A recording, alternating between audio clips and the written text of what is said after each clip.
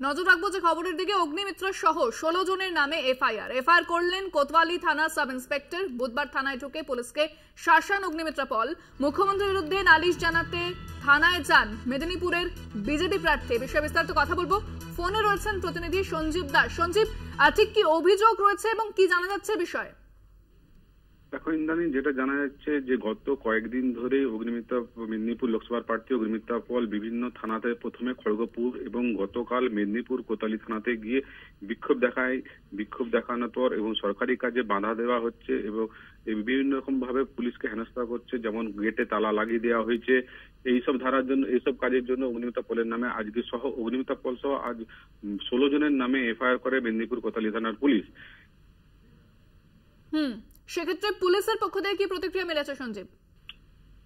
Police জামিন অযোগ্য ধারাতেই আপাতত কেস করেছে, পুলিশ এফআইআর করেছে। তবে এখনো পর্যন্ত অগ্নিমিত্রা পলের কোনো বক্তব্য পাওয়া যায়নি।